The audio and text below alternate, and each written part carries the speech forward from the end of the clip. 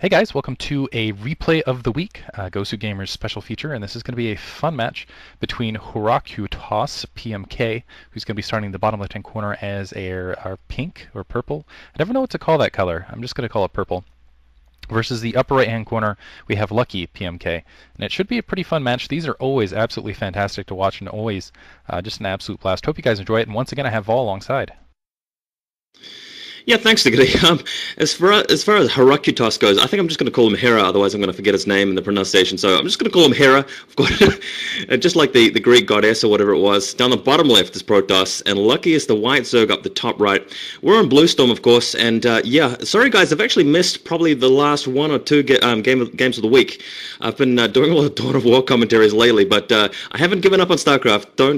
Don't get me wrong there. I'm going to be back with Starcraft and commentating with Diggity as much as possible in the games of the week. The last one was a lot of fun, and sorry Diggity if we're lagging a little bit. We may have some observers in the game, but that's alright. Looks to be going pretty well. We've got the first pylon down for Hera, and sending down a pylon now, so it looks to be a fast expand. Yeah, it's almost impossible to go 2-gate on this against Zerg, just because if you do and they end up going speed Zerglings, you end up in a really bad situation. On Bluestorm, at least that's been my experience on the map.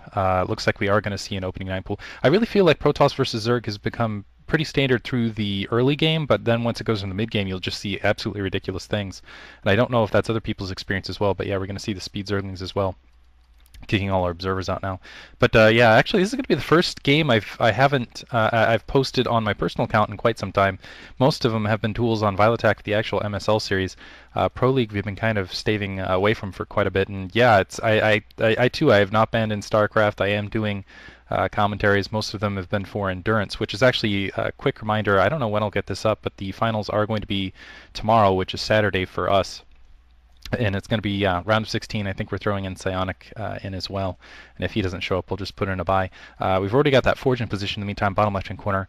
And we'll see if the cannon goes up. And it looks like actually he's in position to put the Nexus down, even though there are going to be 6 Zerglings out very quickly. He's going to have to be very careful with this Nexus. He can get it done, I guess, with some support. And if he's very confident, this is very, very risky. So being confident with that probe harass that those Zerglings are not going to, in fact, go for his base. He's also looks like he's going to try to push up and harass that second expansion going up. So he's just assuming that there's not going to be a rundown on that Nexus or any Zerglings passing through his gate, and it looks like they have been let loose now.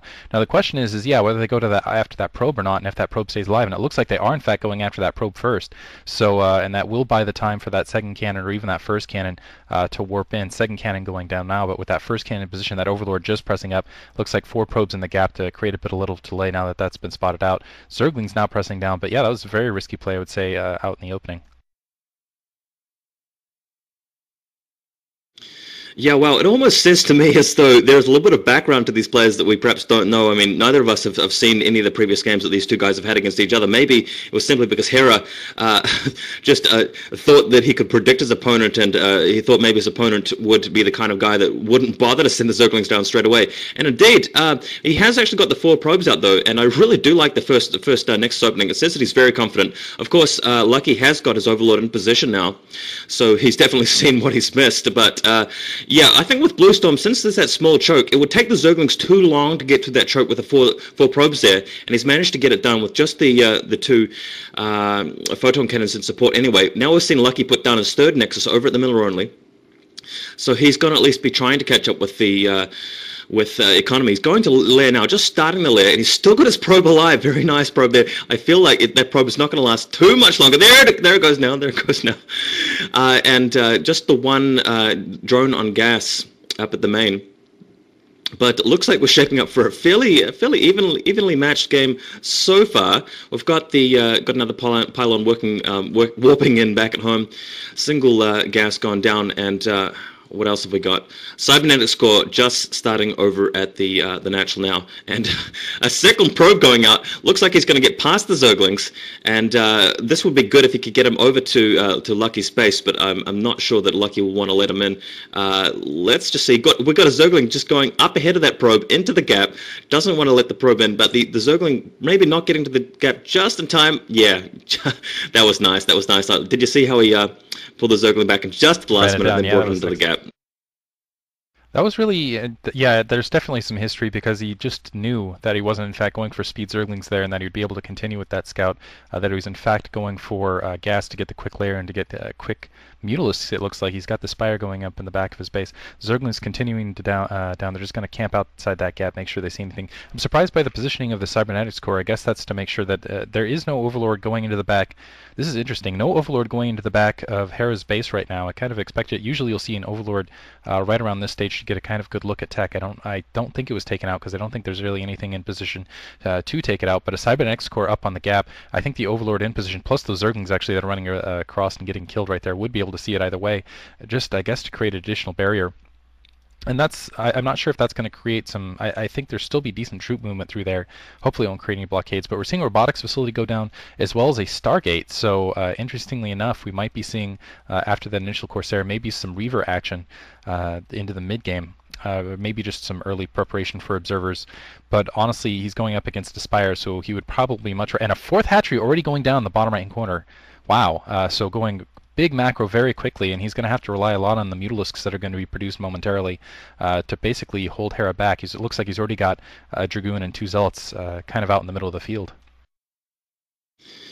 Yeah, with that fourth hatchery, I almost feel like he's going to be bluffing a little bit with the mutalisks and really spreading himself a little bit thin and just trying to keep his opponent off his back for just as long enough for it to kick him. We've got a Corsair heading out now, but just looking back at Hera's base, he's got a photon cannon already warping in at the natural, as well as a robotic support bay down at the bottom left at his main. So wow, this is going to be really interesting. If he can do a lot of damage with that Reaver, it's really going to punish Lucky for going for that fourth base.